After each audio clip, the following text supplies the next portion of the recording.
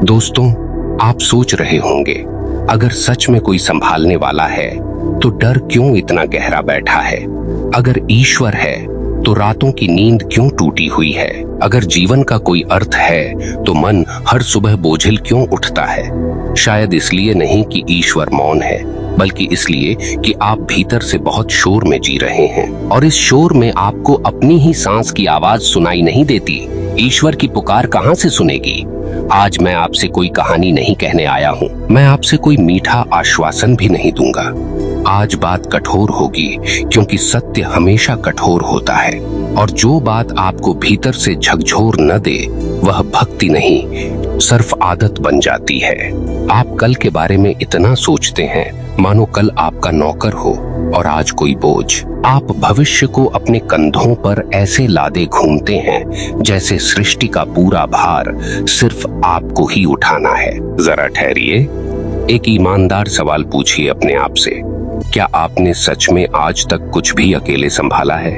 आपकी धड़कन आपने चलाई, आपकी सांसें आपने तय की, आपकी आंखें कब खुलें और कब बंद हों, क्या आपने तय किया? फिर भी आप कहते हैं कल मैं कैसे संभालूंगा। यह अहंकार नहीं तो और क्या है कि जो शक्ति आपको एक पल में जीवित रखे हुए है, उस पर कल के लिए आपको भरोसा नहीं।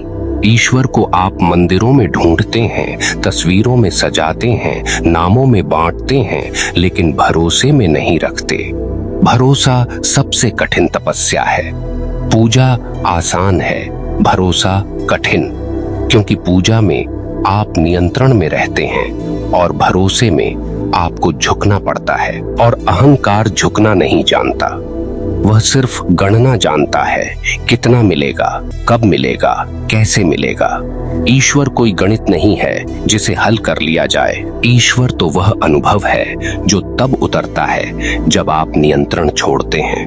आप कहते हैं अगर कल सब बिगड़ गया तो, अगर पैसा नहीं रहा तो, अगर रिश्ते टूट गए तो, अगर शरीर साथ छोड़ गया तो। सुनिए, जो आज तक सब कुछ दे रहा है, क्या वह कल आपसे छीनने के लिए बैठा है?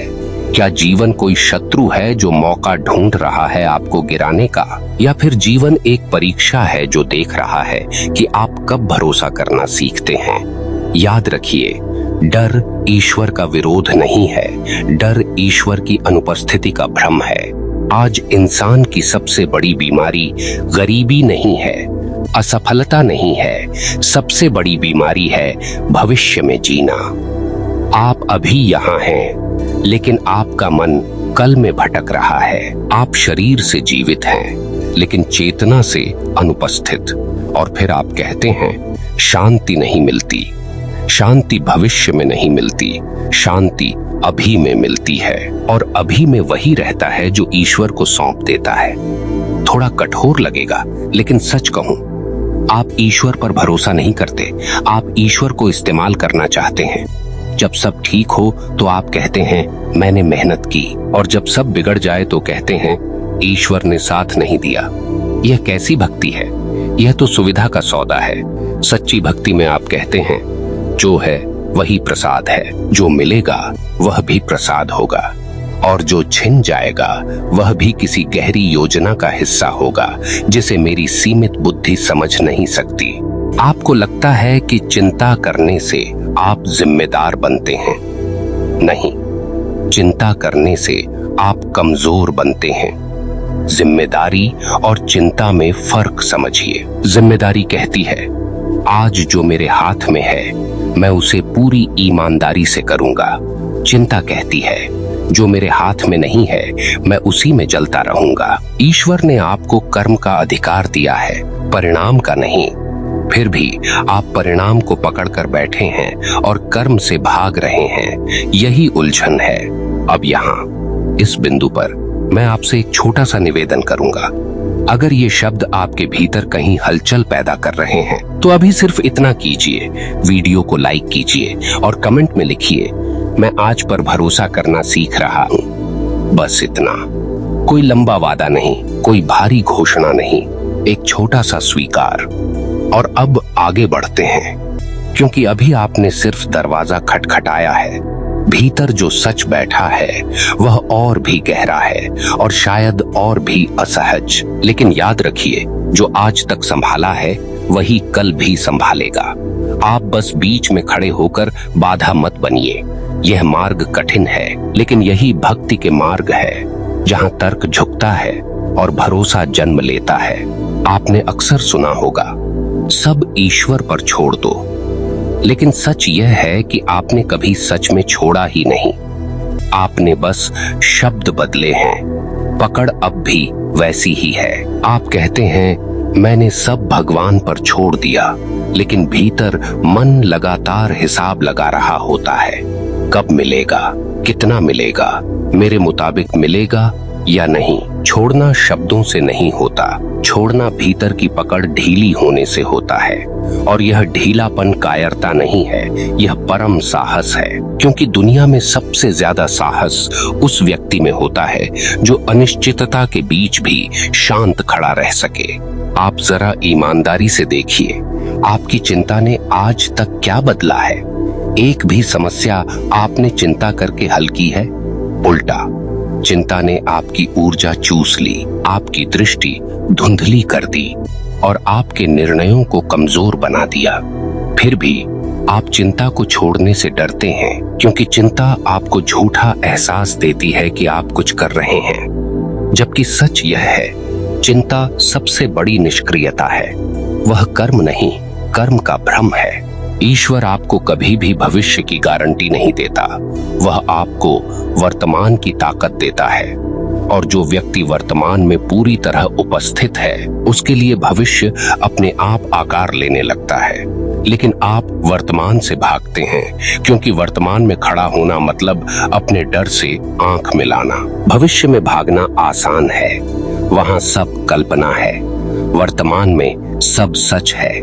आप यह मानकर चल रहे हैं कि अगर सब कुछ आपकी योजना के मुताबिक नहीं हुआ तो सब व्यर्थ हो जाएगा। यह धारणा ही सबसे बड़ा अज्ञान है। जीवन आपकी योजना से बड़ा है। ईश्वर आपकी अपेक्षाओं का कर्मचारी नहीं है। जब आप यह मान लेते हैं कि जो होगा वह मेरे भले के लिए होगा, भले ही अभी मेरी समझ से बाहर हो, उसी क्षण भीतर एक मौन उतरने लगता है। वह मौन ही भक्ति की शुरुआत है। ध्यान दीजिए, जब आप कहते हैं मैं टूट गया हूं, तब भी आप जीवित हैं। जब आप कहते हैं अब कुछ नहीं बचा, तब भी सांस चल रही है। इसका मतलब साफ है, आपकी धारणा टूटी है, जीवन नहीं। और धारणा के टूटने से डर लगता है, क्योंकि अहंकार धारणा से ही बनता है। ईश्वर आपको बार बार तोड़ता नहीं, वह आपके झूठे सहारों को गिराता है, ताकि आप असली सहारे को पहचान सकें। आप बार बार पूछते हैं, ईश्वर मेरी परीक्षा क्यों ले रहा है? सच यह है, ईश्वर आपको परख नहीं रहा, वह आपको परिपक्व कर रहा है। परीक्षा में असफलता होती है, परिपक्वता में गहराई आती है, और गहराई बिना दर्द के नहीं आती। जिस मिट्टी को गहराई से खोदा जाता है वही सबसे उपजाऊ होती है। लेकिन आप चाहते हैं बिना खुदे फल आ जाए, यह संभव नहीं। एक बात और, आपको लगता है कि भरोसा करने का मतलब हाथ पर हाथ रखकर बैठ जाना है। यह बहुत बड़ा भ्रम है। भरोसा आलस्य नहीं है। भरोसा तो कर्म को और तीखा बना देता है, क्योंकि तब कर्म डर से नहीं, समर्पण से होता है। आप पूरी ताकत से काम करते हैं, लेकिन परिणाम से चिपकते नहीं। यही संतुलन है, यही भक्ति का व्यावहारिक रूप है। आज दुनिया में लोग इसीलिए टूटे हुए हैं, क्योंकि वे नियंत्रण चाहते हैं, सहयोग नहीं। वे जीवन के साथ लड़ रहे हैं, जीवन के साथ बह नहीं रहे। नदी से लड़कर कोई तैरना नहीं सीखता। जो नदी को समझ लेता है वही पार पहुंचता है। ईश्वर नदी की तरह है। आप जितना विरोध करेंगे उतना थकेंगे, जितना समझेंगे उतना सहज बहेंगे। अब मैं आपसे एक सीधा सवाल पूछता हूं, अगर कल सब छिन भी गया तो क्या ईश्वर छिन जाएगा? अगर जवाब नहीं है तो डर किस बात का है? और अगर जवाब हाँ है तो फिर आपने ईश्वर को वस्तु बना लिया है, सत्य नहीं। ईश्वर कोई बीमा पॉलिसी नहीं है, वह चेतना है, और चेतना कभी समाप्त नहीं होती। इसलिए सुनिए, कल की फिक्र मत कीजिए, इसलिए नहीं कि कल आएगा ही नहीं, बल्कि इसलिए कि जब कल आएगा तो वही शक्ति आपके साथ होगी जो आज है। आपने आज तक हर कठिन दिन पार किया है, तब भी जब आपको लगा था कि अब नहीं हो पाएगा, फिर भी हो गया। यह संयोग नहीं है, यह संकेत है। संकेत उस अदृश्य व्यवस्था का जो शोर नहीं मचाती, बस संभालती है। अभी और बहुत कुछ बाकी है, इसलिए ध्यान से सुनिए। डर तब तक बना रहता है जब तक आप यह मानते रहते हैं कि जीवन आपके खिलाफ। जिस दिन यह समझ आ जाता है कि जीवन आपके साथ है, उसी दिन डर की जड़ सूखने लगती है। ईश्वर आपको कभी चोट नहीं पहुंचाता, वह सिर्फ आपको वह छीनता है जिससे आप चिपक गए हैं, और चिपकाव हमेशा पीड़ा देता है। आप दुख से नहीं टूटते, आप अपेक्षा से टूटते हैं। आप सोचते हैं अगर भरोसा कर लिया और सब गलत हो गया तो? यह सवाल ही गलत दिशा से आता है। भरोसा कोई शर्त नहीं है कि सब सही ही होगा। भरोसा यह स्वीकार है कि जो भी होगा उससे मैं टूटूंगा नहीं। यही असली शक्ति है।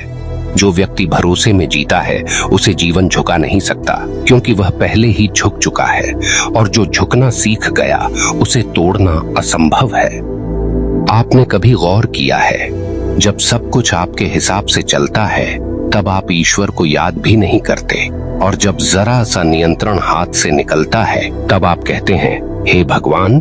इसका मतलब साफ है, आप ईश्वर को अंतिम उपाय मानते हैं, आधार नहीं। भक्ति अंतिम उपाय नहीं होती, भक्ति जीवन की नींव होती है। नींव दिखती नहीं, लेकिन वही सब संभालती है। आज इंसान का मन इतना भारी इसलिए है क्योंकि वह हर बोझ खुद उठाना चाहता है। वह कहता है मैं सब संभाल लूंगा, लेकिन यह मैं ही तो सबसे बड़ा बोझ है। जिस दिन यह मैं थोड़ा हल्का होता है, उसी दिन जीवन हल्का हो जाता है।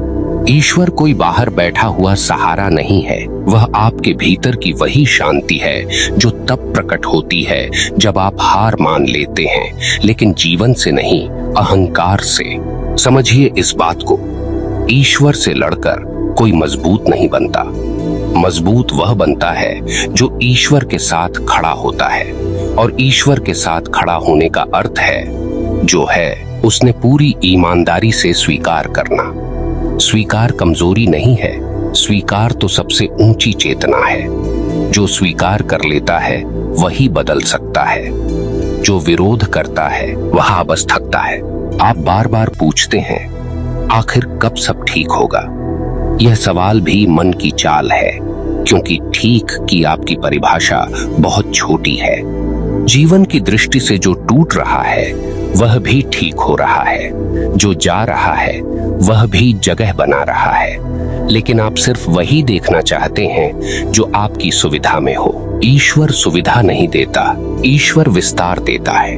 अब एक बात बहुत साफ समझ लीजिए, भरोसा कोई भविष्य की व्यवस्था नहीं है, भरोसा वर्तमान की अवस्था है। जब आप इस क्षण में पूरे हैं, शांत हैं, ईमानदार हैं, तब भविष्य अपने आप सही दिशा पकड़ लेता है।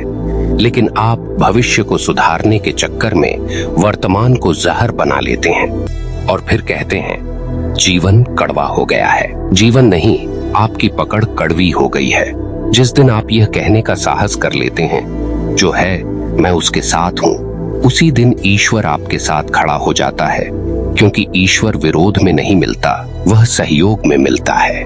वह वहां मिलता है जहां आप कहते हैं अब मैं नहीं, तू। और यह कहना शब्दों से नहीं होता, यह जीने से होता है। याद रखिए, जिस शक्ति ने आपको इतने उतार चढ़ावों से गुजारा, जिसने आपको तब भी बचाए रखा जब आप खुद को खो चुके थे, क्या वह शक्ति अचानक आपको छोड़ देगी? नहीं। समस्या ईश्वर की अनुपस्थिति नहीं है, समस्या आपकी अधीरता है। आप तुरंत परिणाम चाहते हैं, जबकि जीवन प्रक्रिया है, और प्रक्रिया पर भरोसा करना ही भक्ति है। अब अंत में बहुत ध्यान से सुनिए, कल की फिक्र मत कीजिए, इसलिए नहीं कि कल आसान होगा, बल्कि इसलिए कि आप अकेले नहीं होंगे। वही शक्ति, वही चेतना, वही अनदेखा सहारा आपके साथ होगा जो आज तक आपके साथ रहा है। आप बस बीच में आकर हस्तक्षेप मत कीजिए, जीवन को अपना काम करने दीजिए। अगर आज के ये शब्द आपके भीतर कहीं गूंजे हैं, अगर कहीं कोई गांठ ढीली पड़ी है, तो समझ लीजिए आप सही मार्ग पर हैं। यही भक्ति के मार्ग है, जहां इंसान झुकता है और ईश्वर उतरता है। और जाते जाते एक आखिरी बात, अगर आप सच में चाहते हैं कि आपके भीतर यह भरोसा गहराता जाए, यह शांति टिके, तो इस चैनल से जुड़े रहिए, क्योंकि यहाँ बातें दिल बहलाने के लिए नहीं होती, यहाँ बातें आपको बदलने के लिए होती हैं। वीडियो को अंत तक देखने के लिए आपका धन्यवाद। कल की फिक्र छोड़िए और आज को पूरी श्रद्धा से जिएं। धन्यवाद दोस्तों।